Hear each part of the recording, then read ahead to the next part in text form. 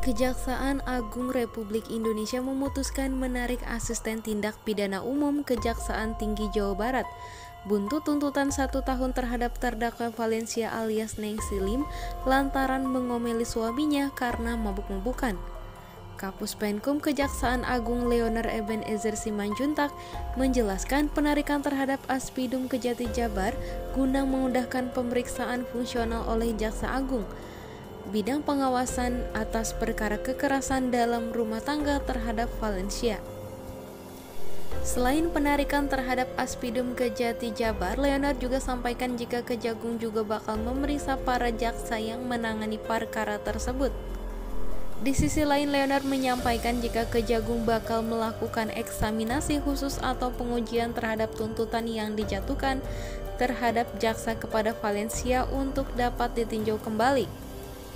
Penanganan perkara terdakwa Valencia alias Neng Silim dan terdakwa Chan Chu Ying akan dikendalikan langsung oleh Jaksa Agung Muda Tindak Pidana Umum karena telah menarik perhatian masyarakat dan pimpinan Kejaksaan Agung.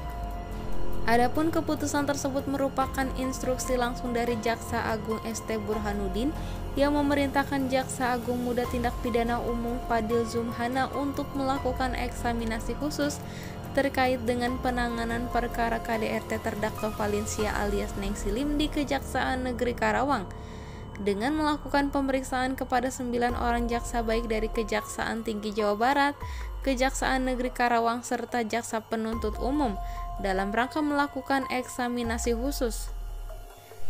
Bapak Jaksa Agung Muda Tindak Pidana Umum bergerak cepat sebagai bentuk program Quick Wins dengan mengeluarkan surat pemerintah Jaksa Agung Muda Tindak Pidana Umum untuk melakukan eksaminasi khusus terhadap penanganan perkara atas nama terdakwa Valencia alias Neng Silim.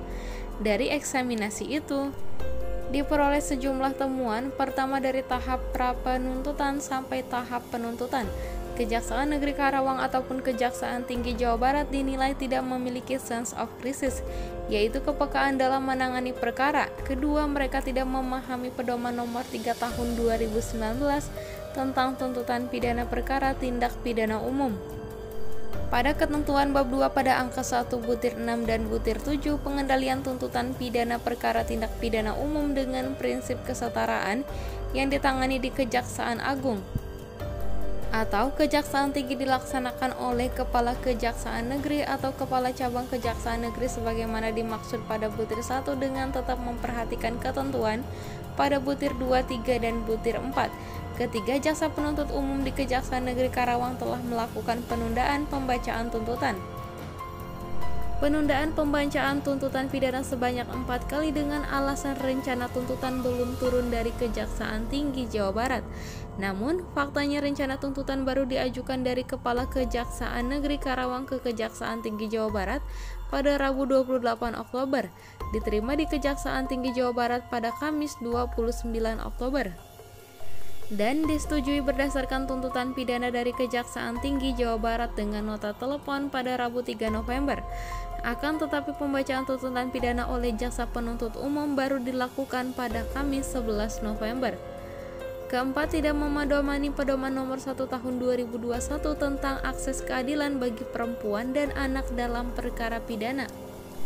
Selain itu, baik Kejaksaan Negeri Karawang maupun Kejaksaan Tinggi Jawa Barat juga tidak memedomani 7 perintah harian Jaksa Agung sebagai norma atau kaidah dalam pelaksanaan tugas penanganan perkara itu.